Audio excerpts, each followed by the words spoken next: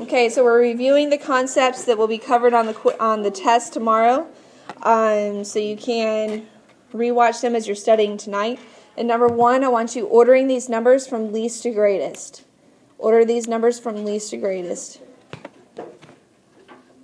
All right, so what's the smallest number? Negative 22. What's the next smallest number? Negative 21. Then?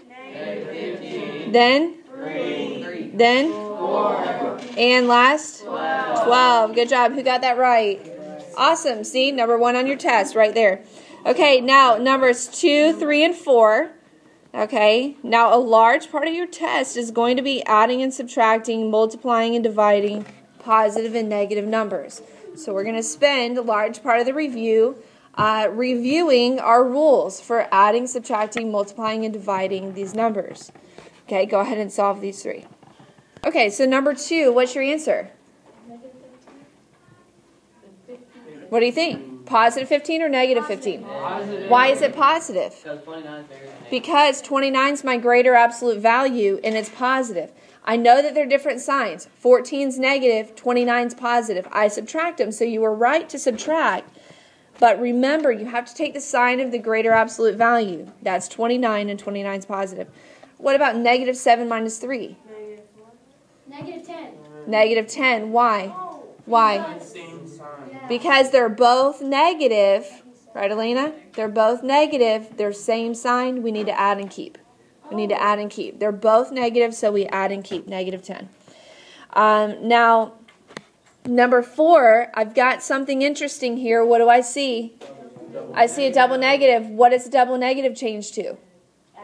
It changes to a positive, and you must change it before you look at the signs, because that changes your signs, doesn't it? So now what's 34 plus 41? 75. 75. Okay. Answer is 75. All right, anybody perfect through 4? Got all 4? Anybody just miss 1? Miss 1? Okay, any questions? Anything? All right, let's do some more.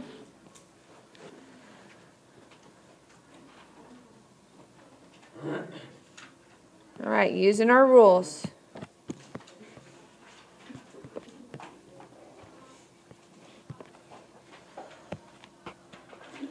All right, so negative 16 plus negative 22. Same sign or different? They're same. They're same. They're both negative. So same sign, add and keep. What's my answer? Negative 38. What about 10 minus 14? 10 minus 14. What's that going to be?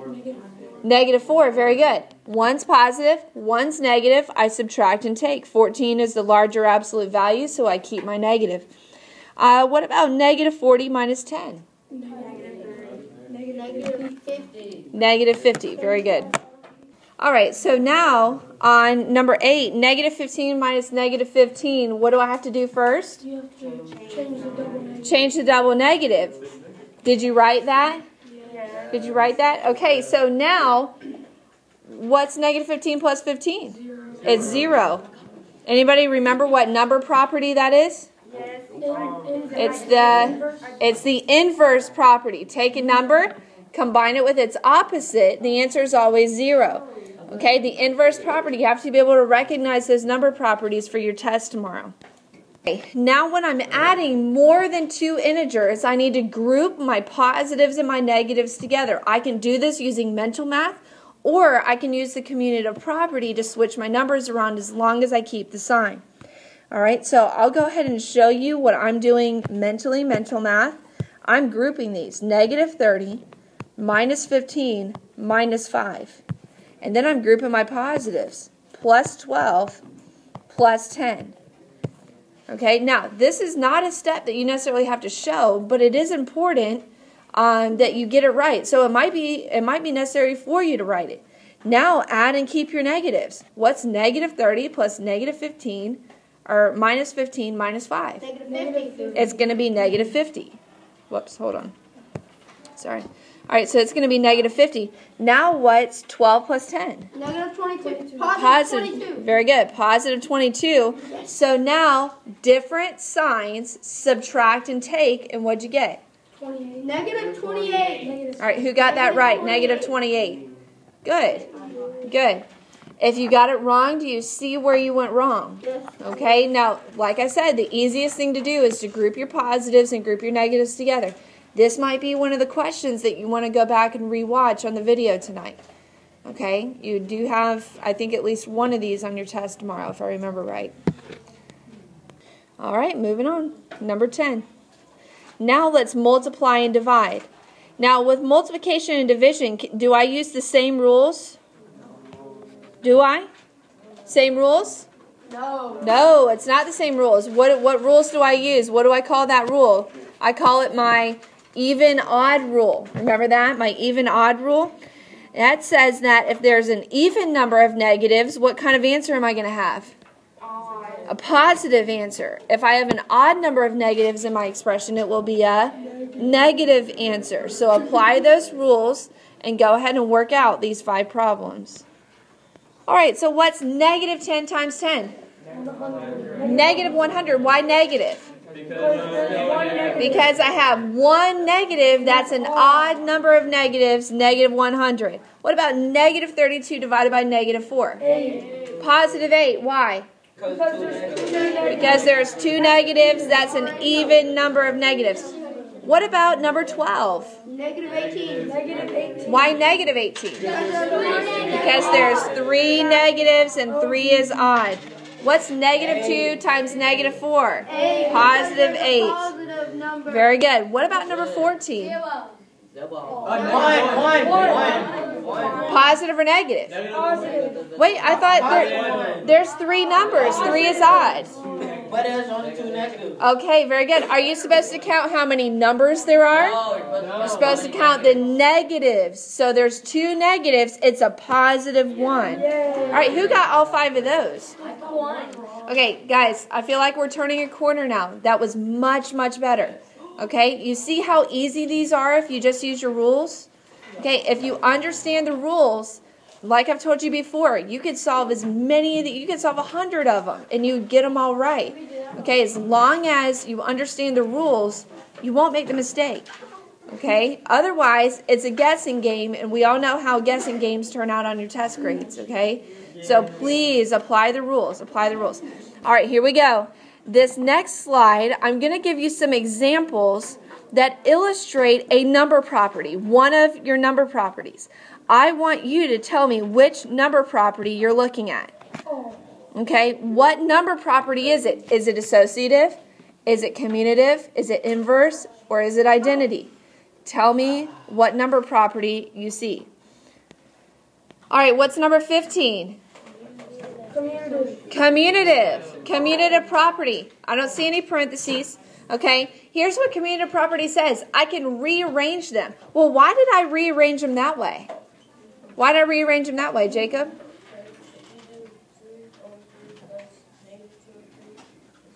Very good. I want to match up my opposites next to each other. So I use the commutative property to rearrange them. The next step would be to use the inverse property to have them cancel out. All right, what about number 16? What property do you see? Inverse. The inverse property of addition. Very good. Inverse property of addition. What about number 17? Inverse property of multiplication. What about number 18? The identity property of addition. Take any number, remember the mirror, add 0 to it, it's just the number itself. All right, what about number 19? Associative. Nope. Why is it not associative? What do you not have within parentheses? Do you have anything you can simplify?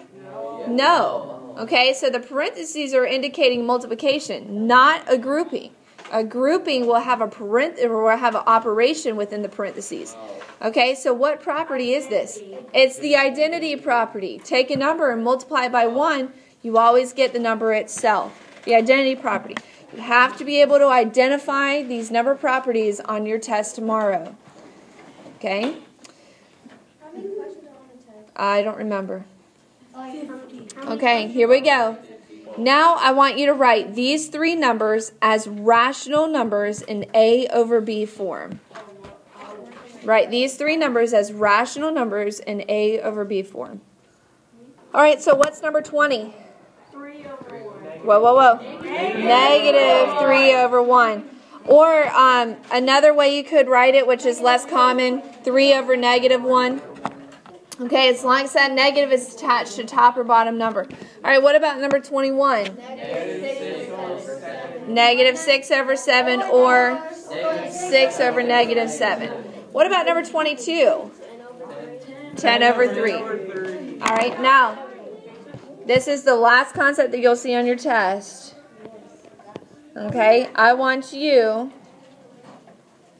okay, if I had 8 times 4 plus 3, I want you to write an equivalent expression and tell me what the answer is. All right, what's the equivalent expression? 8 times 4 plus 8 times 3. 8 times 4 plus 8 times 3. And what's my answer? 56. Okay, who got that right? Okay, very good. All right, here's another one. Okay, number 24. All right, what if I had 4 times 2 minus 4 times 4 times 1? All right, write an equivalent expression and solve. Okay, what's my equivalent expression? 4. Wait, why is it minus 1? Because of that subtraction sign. When I pull out the 4, the subtraction sign is left. So what's 4 times 1? 4. All right, who got that one right? Good. Okay, one more. One more and we're done. We'll make it an even 25 questions. 6 times 8 minus 3. Write an equivalent expression and solve. What's my equivalent expression? 6 times 8 plus 6 times 3. Isn't it minus? Nope. 3 is negative. Guys, pay attention. Look. 3 is negative. 3 was negative in the original expression. 6 was not negative. 6 is positive in the original expression. 3 is negative. There's a negative in front of it. That's why I bring it down into my equivalent expression. Now I have 48 minus 18 is what? 32. Now, technically, you could still get the same answer if you made the 6 negative and the 3 positive, but you are going to lose a couple points on your test if you were to do that, okay? Wherever that negative is in the original expression, that's where it needs to stay when you write the equivalent expression. Now, if you understand that, that should be everything you need to know for your test tomorrow, okay? Please take advantage of this video online. Watch it when you're studying, and hopefully it'll be a help.